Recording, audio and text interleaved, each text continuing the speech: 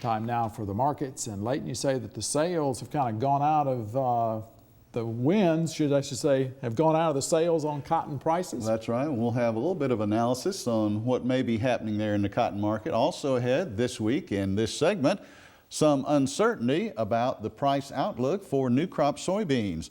The future of Hillshire brands is up in the air. And it's been another wild week for feeder cattle prices. We do begin with cotton, where the planting pace nationwide is said to be the slowest in 20 years. However, prices have lost steam, as we just mentioned. Extension Ag economist John Michael Riley explained to me on Wednesday what may be happening with cotton. Well, Monday's crop progress report seemed to be supportive of the cotton market. Yes, it did. We're behind schedule from a national perspective at 74% compared to a 5-year average of 81%. The 74% really is a very low level in terms of planting progress for this time of the year.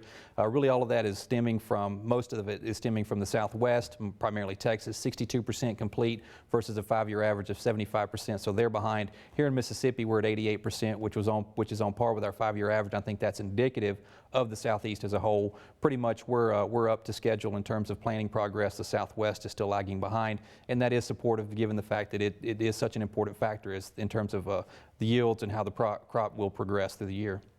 Now, there has been some rain, much needed rain in the Southwest and Texas, and that kind of took the wind out of the cotton prices a little bit. It did. The wind has been coming out for a little while, and that really did a number on it. We dropped about 3 to 5 cents, depending on what contract you want to look at, and largely due to the fact that we did receive some rainfall in Texas and parts of the Southwest that was so drought-stricken up to that point.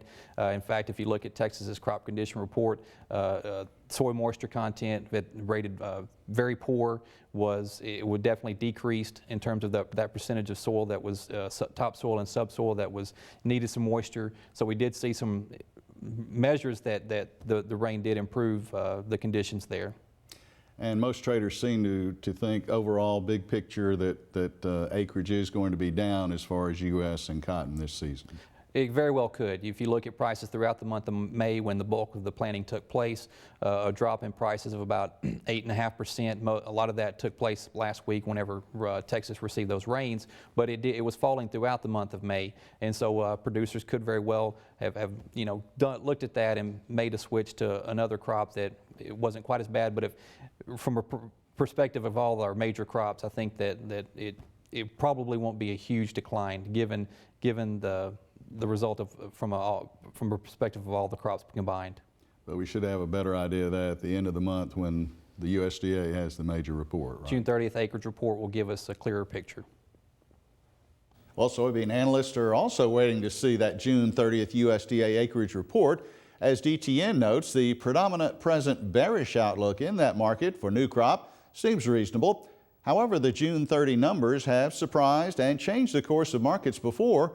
Trader Virgil Robinson has been looking closely at the technicals of the soybean market. He told Market to Market's Mike Pearson he's keeping an open mind about beans between now and June 30th. It's conceivable here that the inversion just continues to grow as it did last year. As we headed through the month of June into July, I think the inversion got to $3.50. New crop soybeans, if all these acres come to fruition and they do in fact yield at what's commonly being used as a factor tonight, we'll have an excess of new crop beans 1 year from now. So I still like the idea of some type of put strategy, or if these prices meet your marketing goal objectives, certainly a sale of some increment would be appropriate. The majority of retail fertilizer prices continue to be slightly higher across the United States as the month of June began. DTN reports that 5 of the 8 major fertilizer edged upward compared to a month earlier, but none were up with any significance. We break from the markets for just a moment to look at our trivia quiz for this week. We have rolled into June, which is National Dairy Month. Here is an appropriate question. How many gallons of milk does a Mississippi dairy cow produce on average each day? Is the answer 2 gallons, or 4 gallons, or 5 gallons, or up to 7 gallons? I'll tell you at the end of the markets. A bidding war is underway for Chicago-based Hillshire brands. Pilgrim's Pride on Monday of this past week raised their original offer of $45 per share up to $55. Meanwhile, Tyson Foods, the other suitor in this battle, is offering $50 per share to buy the company. Hillshire officials say the next step is an individual meeting between them and both Pilgrim's Pride and Tyson. Hillshire has a host of well-known brand names at stake. Its portfolio includes Hillshire Farms, Jimmy Dean, Ballpark, and Sara Lee. Despite the continuing upward momentum in prices, protect yourself seems to be the watchword used by some analysts as far as the feeder cattle market these days. Trader Naomi Blooms tells market-to-market's Mike Pearson it's a good time to get in on the option side, maybe not selling the futures. You know, in the past it was more like the outlook is still so good, you don't really need to do anything, but now you're coming to a point where there's this technical crescendo and the market is getting close to that big, almost like a psychological, 200-point area where you're just like, what is this? This has never been seen before. So now this is something where technical traders might come in and slam it lower just from that regard, but at the same time, the fundamentals still justify higher prices. So we might see a technical correction, but the big picture for now, it still looks really good. Brownfield Ag News reports that China has tightened requirements for the importation of milk powder and infant formula. Officials say that 41 foreign manufacturers from 13 countries, including all the major brands, have already been approved. And before our feature story, we revisit trivia for the answer for this week.